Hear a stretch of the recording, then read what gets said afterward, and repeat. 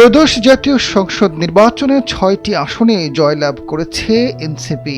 এসব আসনের ভিত্তিতে একজন নারী সদস্য পাচ্ছে দলটি। এনসিপির নেতৃত্বের মধ্যে কে যাচ্ছেন সংসদে তা নিয়ে দলটির ভেতরে ও বাইরে জোর আলোচনা চলছে।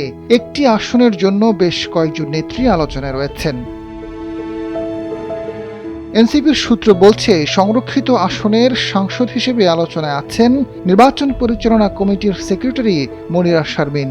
ঢাকা ১৯ আসনে শাপলাকলি প্রতীকে প্রতিদ্বন্দ্বিতা করা দিলাশানা পারুল, ঢাকা ২০ আসনে শাপলাকলি প্রতীকে প্রতিদ্বন্দ্বিতা করা নাবিলা তাসনিদ এবং দলটির যুগ্ম সদস্য সচিব ডাক্তার মাহমুদা মিতু।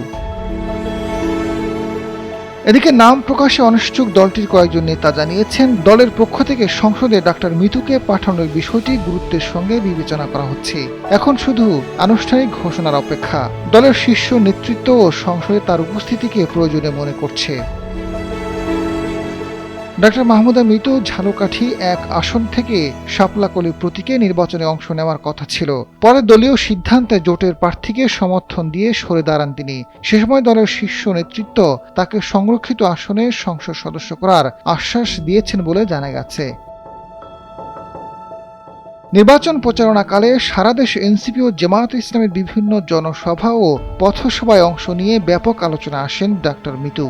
বর্তমানে তিনি এনসিপির কেন্দ্রীয় কমিটির যুগ্ম সদস্য সচিব হিসেবে দায়িত্ব পালন করছেন। এনসিপির মিডিয়া কমিটির প্রধান মাহবুব আলম জানান, এ বিষয়ে এখনো দল কোনো সিদ্ধান্তে আসেনি। সিদ্ধান্ত হলে সবাইকে জানানো হবে। আজাদ ফারুক, সময়ের আলো।